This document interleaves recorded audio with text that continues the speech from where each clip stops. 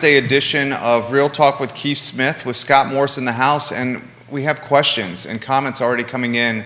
Mainly, where are you guys at? When are you guys starting? So we're going to start here. Judah Wickower has done some troubleshooting, the director, which we appreciate. Scott, before we start the program, you know some of the questions that have come in about rates ticking down, how they've impacted your business. We'll talk about that. And the expectations, where they're going to go. Keith was highlighting this. When he was in studio, you've been damn accurate throughout all of this. Scott Morris. Thank you. I appreciate that. So far, so good. No pressure. I think what it comes down to, I'm going to remain accurate. People asking about rates. We've seen like a huge rebound in the last 48 hours. So we went through a week of continued decline and that's people big money, institutional money moving into the bond market, and then now we're starting to we're not seeing negative job reports, and that's kind of what everybody was leaning on. And we talked. There's been some chatter about we're starting to see some slow hiring. Inflation has started to peak, maybe. Hopefully, I didn't drink the Kool-Aid last time. I'm not going to drink the Kool-Aid this time. I think that we continue to see some negative inflation numbers, and until we see true negative jobless numbers, mortgage rates are going to climb back up near 6%, and then they're going to come down. They're going to trade in this 5 to 6% range for the foreseeable future. What's funny is what hits the media is typically a couple days after what's actually happening. So I saw somebody post in Facebook land yesterday, and in realtor world, I just heard from my lender that rates are in the 4s again, and it's like they were, and now they're not. Okay, so a lot to unpack here. We're on screen. We got a late start for those that are asking here. We had some tech issues to start the program, but the show nevertheless goes on. Scott Mortgage Morris, guys, of Ross Mortgage here with Real Talk with Keith Smith on a Wednesday. So let's talk about what you're talking about here. We'll go back and forth in Kornheiser Wilbon fashion. You don't think inflation, you're not drinking the Kool-Aid, you don't think inflation has peaked or plateaued. You're not buying that yet. I'm not there yet. Okay. And I'm not there yet because we're at 2.5% Fed rate, and we're still seeing a 9% inflation.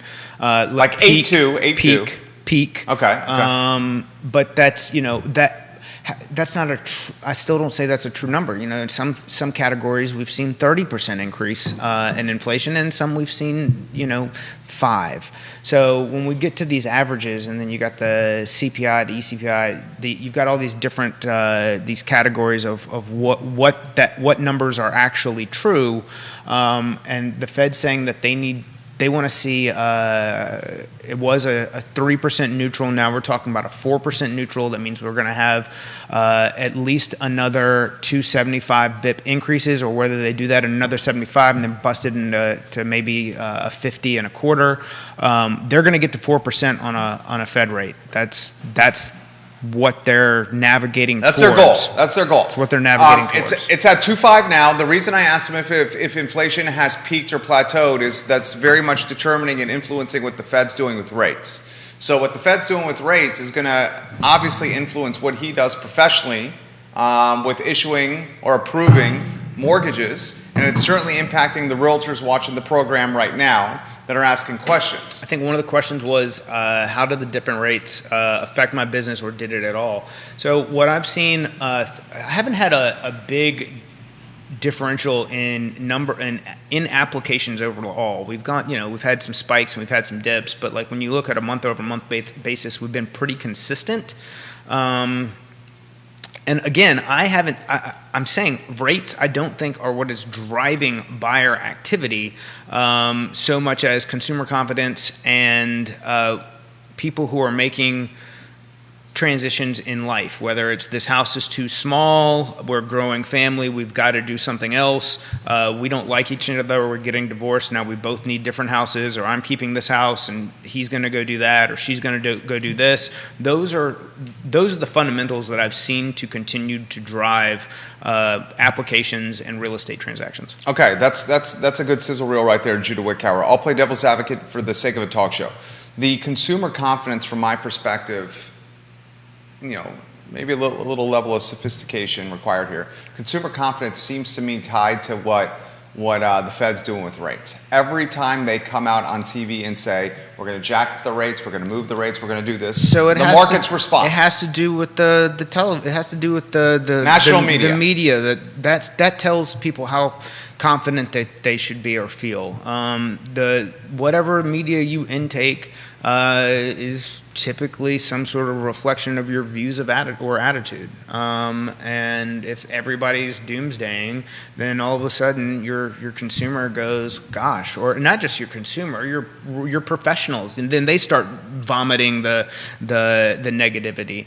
It just really depends on where it's coming from and what your attitude towards that is. If you're looking at the fundamentals, I've been saying first quarter of next year is kind of really when we get into a recessionary period and the Fed changes things. I was just listening to somebody this morning who's much greater professional in that sense than I am, and he's saying second quarter, third quarter. So the bond market right now, if they are taking on that frame of mind, and that's part of where this is coming from, we're gonna see another run in bonds. So we were down to 2.6, 2.5x. We're gonna see a run up back to 3.2. We're gonna see, and as that run up occurs, you're gonna see mortgage rates ride with it. So I think we're going to get closer to 6%. But then you're gonna see as we get closer to real recessionary impact for businesses and layoffs and negative jobs reports, then the bond market's going to have its own shift moment, and you're going to see there'll be pullbacks. So, and we're constantly going to be in this tug of war between now and we're going to be in a tug of war between 5 and 6% for the foreseeable future until we hit the true numbers where inflation does come back down and the Fed has exhausted its policy, and then they start getting into a more of an easing and business-friendly monetary mindset, less hawkish mindset, and then you'll see rates come back down. And I think when I say come back down, I think we'll land in the 4.5 range. Scott Morse, guys, Ross Mortgage on the show. Kevin Yancey calls it the scare media. It's fear porn. Yeah, absolutely. We have, and some of it, Keith Smith, good morning. Some of it's different than others. We prefer CNBC in this particular studio. We talked about earlier in the show of how they're looking for reasons why the markets will fall in the next days or weeks, even though they've been strong of late. So I've kind of taken the approach over the last week that it seems to be commodities dropping, gas dropping, oil dropping, groceries are dropping. It seems to be certain levels of inflation seem to be peaked or plateaued. Maybe I'm drinking the Kool-Aid as a reflection of that peak or plateau and the fact that these rate hikes have already been baked into the market. You've seen all three indices doing really well over the last 2 weeks. It seems to be a level of confidence returning like we haven't seen before. Well, we say that, but then you see today we're starting to see so we're seeing some thinning of the 2-year, 10-year spread, meaning that the 2-year we're getting less inverted. But at the same time, right. At the same time, that's a positive. That is a positive, but in the last 48 hours, that shifted again back towards the 2-year. Closer to inversion. Yeah. Well, it's all. Yeah. Well. We're inverted, but we're getting to a worse inversion as the U.S. 10-year sells off again. Kevin Yancey, respect what you're saying. He says do your own research, although he's indicated he enjoys watching these programs. So did your business uptick? In the last week? Yeah. Last month was a big uptick, just for contracts. And I think that has a lot to do with inventory and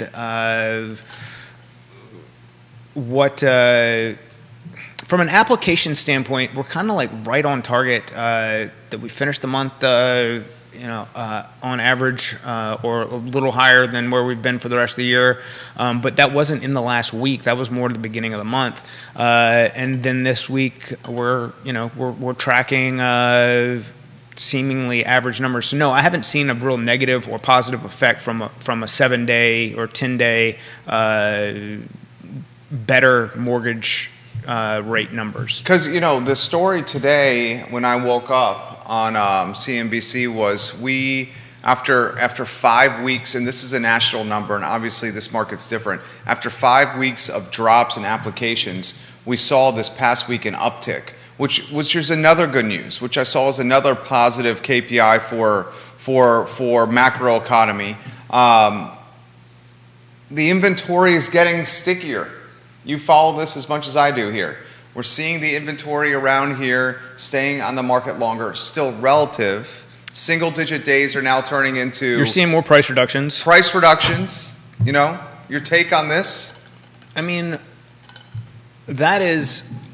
So I posted something the other day, it's probably from last week's show. I had somebody say, well, do you think, where's the shift from a seller's market to a buyer's market? It's like, well, the inventory has to come back. I think you have to look at inventory as a living organism.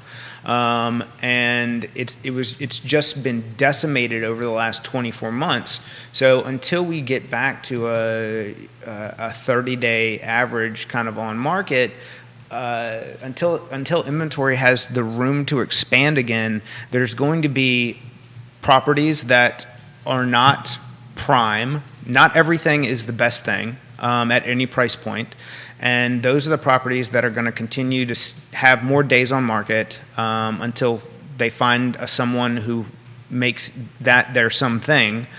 And then you're going to have properties that are prime at different price points that draws everyone's attention, and they're gonna be snatched up right away.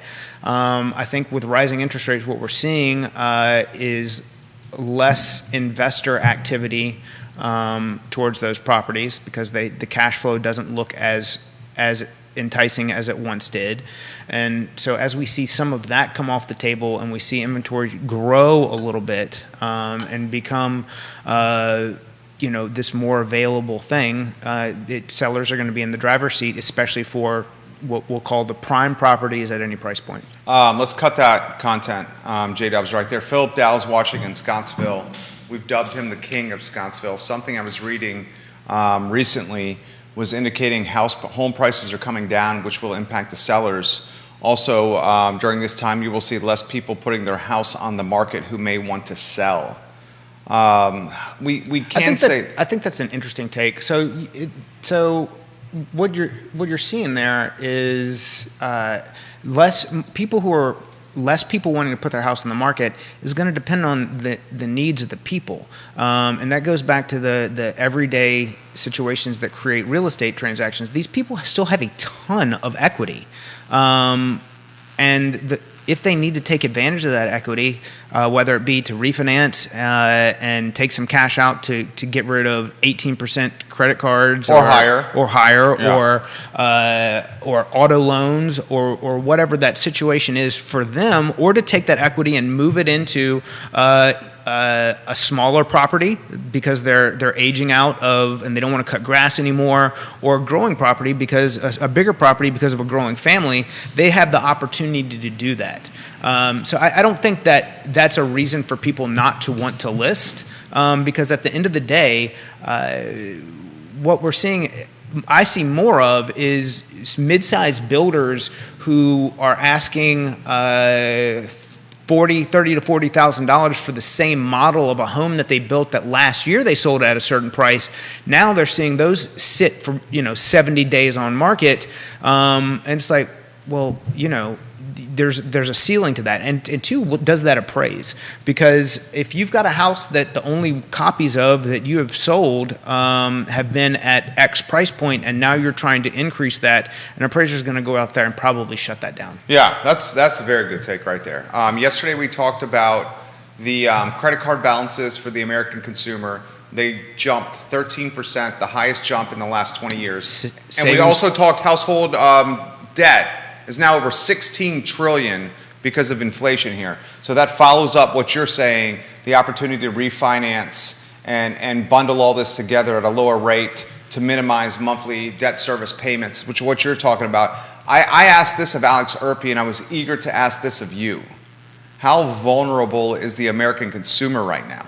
So that's a great point. And you look at companies like, there's a lot of we'll call them internet banks, mortgage-focused banks that are opening up home equity line of credit products. And that's something that they've never done before.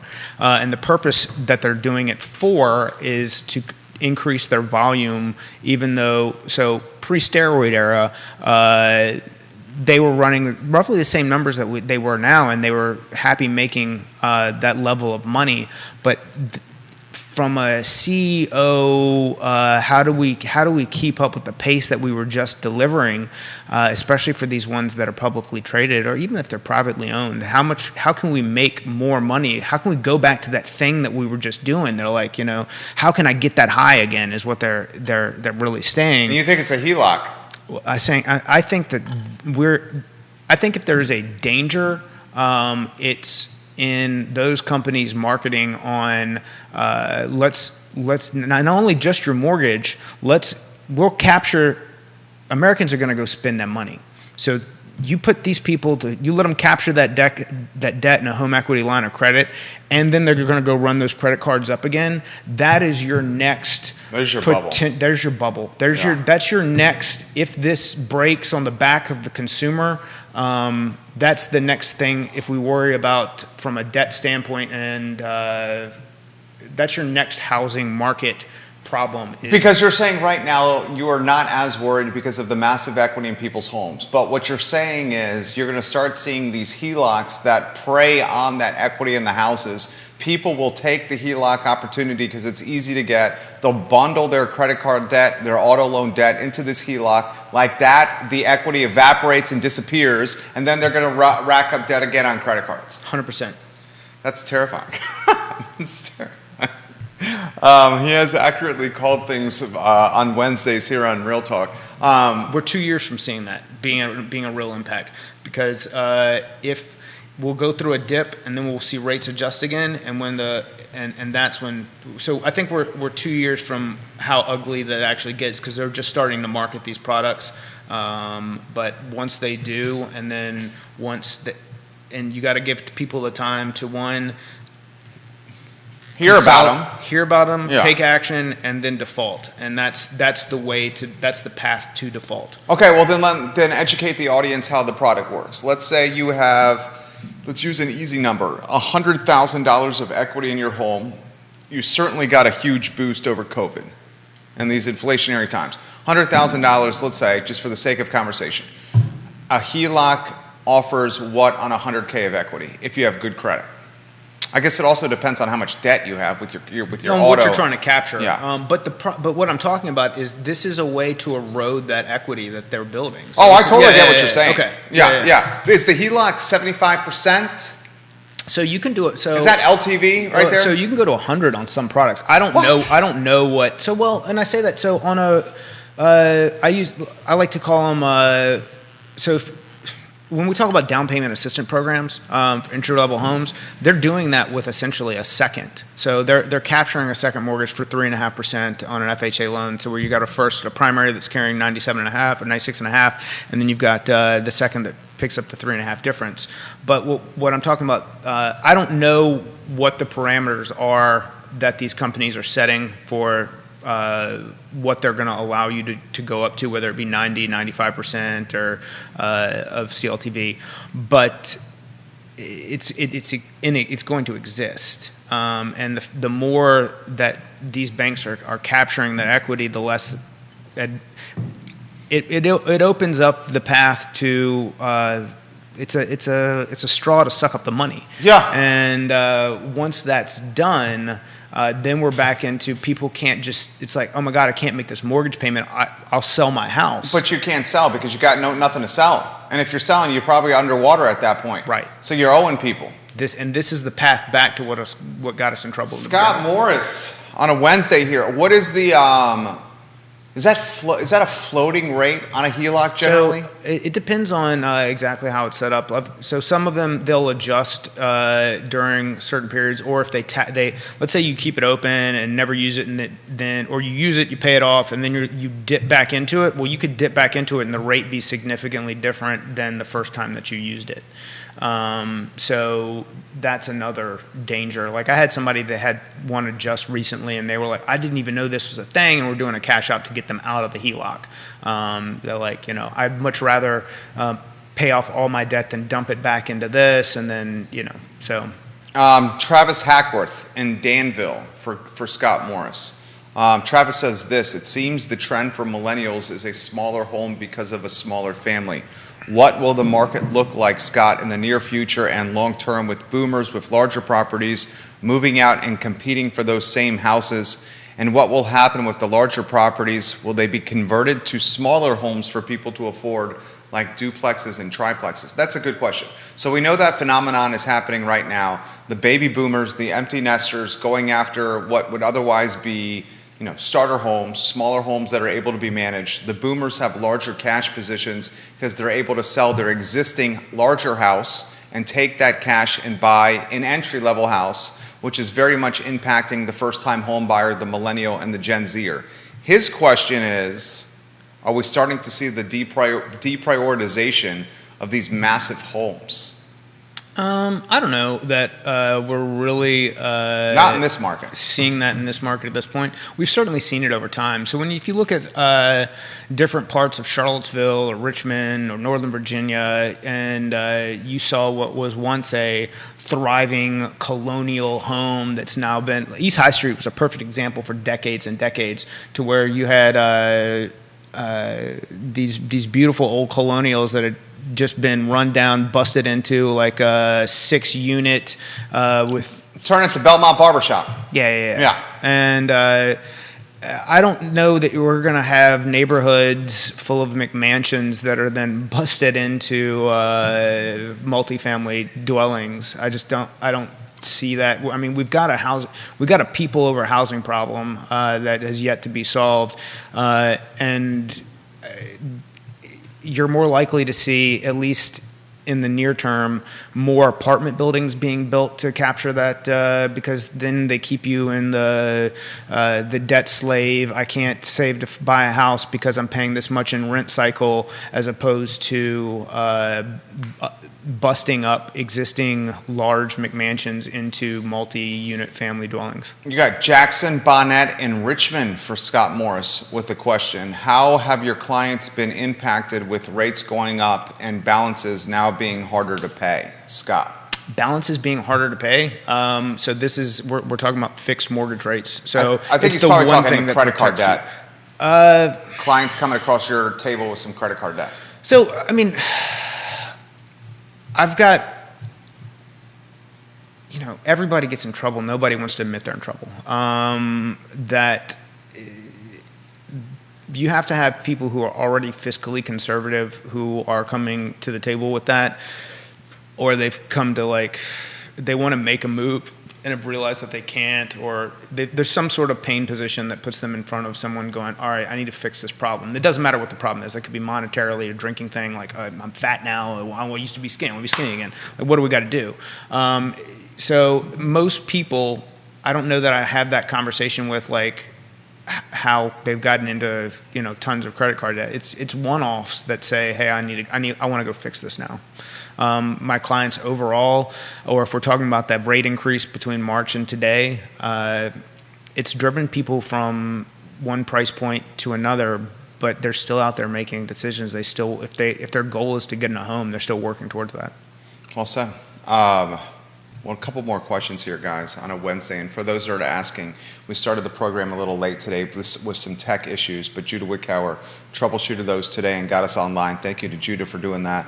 The follow-up to that is, how much has the floating debt rate moved, roughly? And I know everyone has a different circumstance because it's based on credit score. Yeah, it's based on outstanding debt, what they're doing. Yeah, exactly. What other balances you have.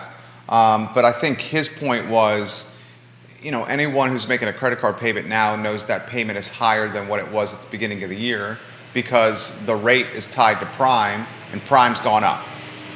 So the question is, with less money each month, how has that impacted buying power for some of your clients? Which I think you answered well. It's perhaps diminished in some circumstances where the clients you have that have deep cash positions, it's not really affected.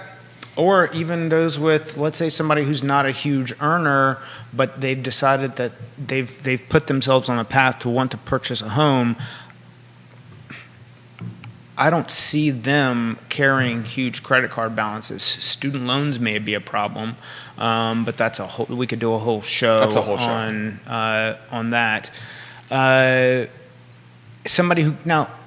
Again, when I say that my overall applications haven't changed, what I do go through, and this is just ebbs and flows of doing business, is like I'll go through a period, and that could be last year, this year, anytime, where I get a ton of people who want to buy but aren't ready yet. And some of those people, some of those entering the market or wanting to enter the market may need some coaching on how to, they're not in a position to take out a home equity line of credit or refinance some of their debt. They just need to buckle down and come up. Maybe you listen to Gary Vee, go out, do some yard selling, like come up with a second hustle to knock that debt down in order to put themselves into a position to be able to buy. Gary Vee, a huge fan of retail arbitrage and also going to yard sales and finding other people's trash and turning it into your gold, and then selling it online with eBay and Amazon. If you follow Gary Vee at all, you see that he has a passion for this and really just empowering people of how to make money on their own. Comments from Keith Smith. Real Talk with Keith Smith is the show. Keith Smith enjoying some R&R right now. He says this, to add some numbers to this conversation, in the Charlottesville-Albemarle Association footprint, since Monday, the last 3 days, 28 homes have come. 28 homes came on the market and 58 went pending. Of the pending sales, the median numbers, 3-bedroom, 2.5 bath, 2,000 square feet, 6 days on market with a contract median price of $406K. It still shows that entry price point is selling all day, every day. Oh yeah, and I think, and what I've seen, that 3-bedroom, 2.5 bath is like that's your sweet spot. That's your sweet spot. Like when you get into some of these old like dated homes, that 3-bedroom, 1 bath, that's like a pain point for So for those out there who are wondering like how do I make my home more valuable, go add a bathroom. I think that's the key. This is a follow-up question from Laura. How many of your clients on average have student loan debt you're processing loans for? A lot. Over 50%? Over 50%. Wow. Yeah.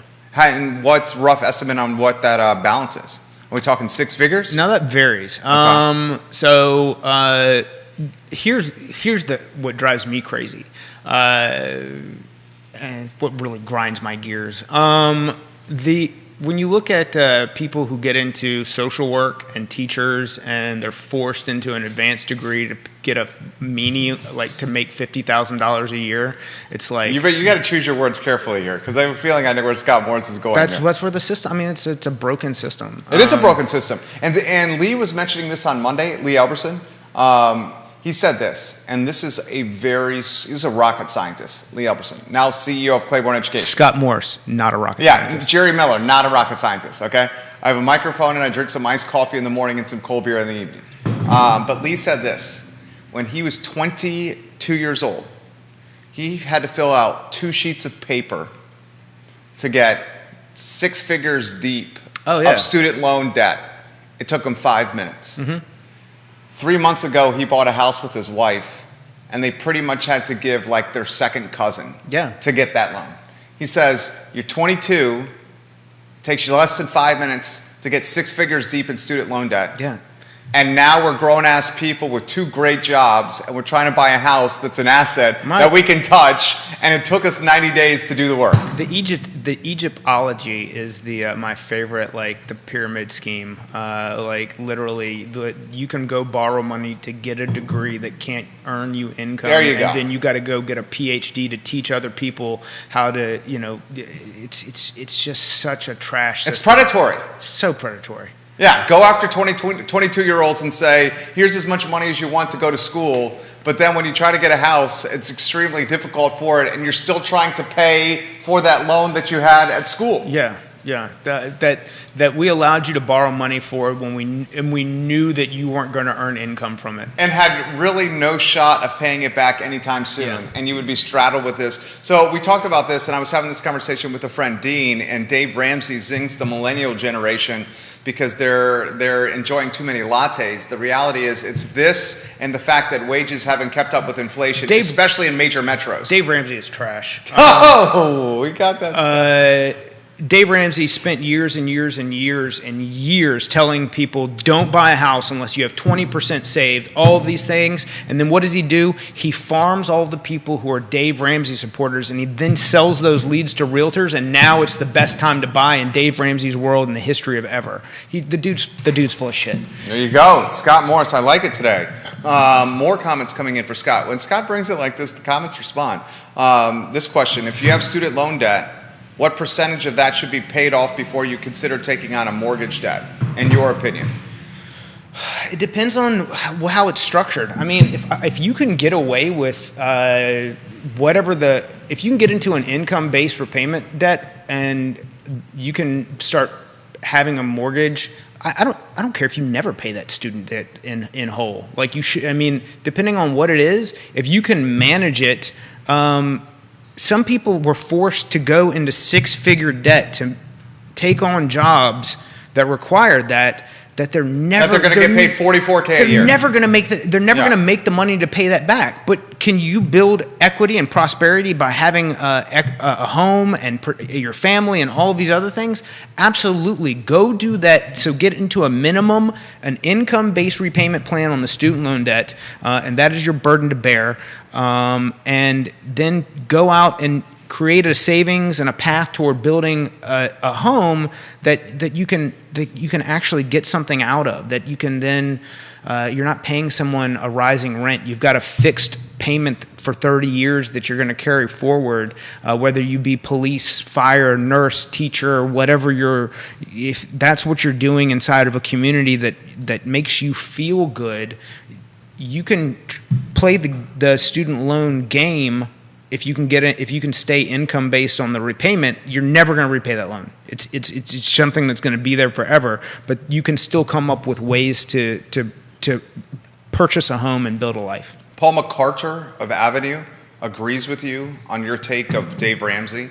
He calls him awful. Paul McCarter does. Paul, welcome to the show. You're getting perspective from the realtor Dan Pettit. Dan Pettit says, "What is the average credit card debt for clients at your desk?" Again, depends on the personality. Like you've got savers and you've got spenders. Sometimes those people marry each other. It really just depends. In general, I don't see a lot of people coming to buy a house who are heavy credit card. Who carry balances. They use the credit card. I see people who are already homeowners who over years and family growth have run up credit card debt, and they may need to either sell or capture equity from that home in order to get themselves back into a good position. I had a great example of someone who they could not buy at a price point that they wanted, even though they were both good earners, but they had the advantage of being able to sell their home, pay off all their debts, live with their parents for 30 days until the debts reported, paid by the creditors. We rescored them, got them into a price point that got them what they wanted, and they were able to move forward with there, but now they're very debt conscious, so they don't want to put themselves back in that position. And I hope that they don't, but there's, again, we're Americans. That's, if you take on as much debt as you're capable of, and if you can die with some of it still on the table, then let the world work that out. Was that the world? Is that our children? Yeah, I don't know. Is that the next generation? They're not going to be burdened by that. Typically, I don't think they can come after your kids for most of your stuff. I think you might be right there.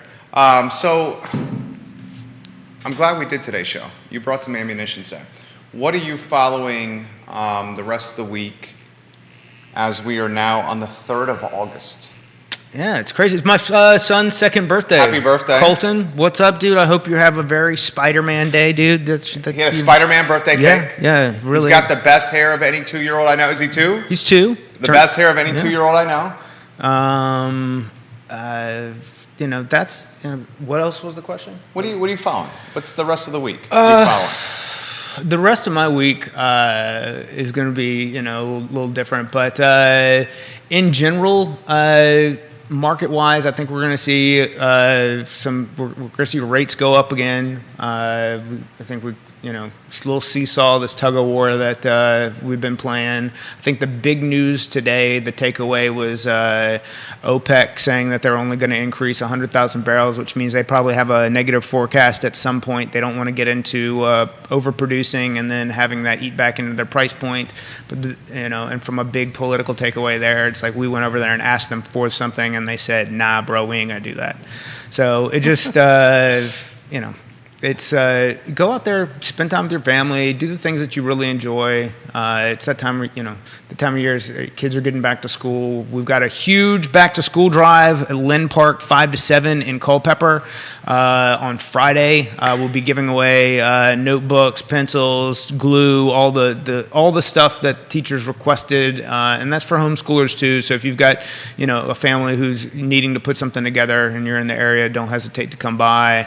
Also, Culpeper news: Chick-fil-A is supposed to open back up tomorrow. They've been shut down for months. It's a huge thing personally for me. Chick-fil-A Culpeper was shut down for months? Yeah, they did like a huge reno. Okay, and it's opening tomorrow. That's what I heard. Yeah. Scott Morris, breaking news here. Breaking news. On Real Talk with Keith Smith. That's big time right there. Dude, good job. Thanks, man.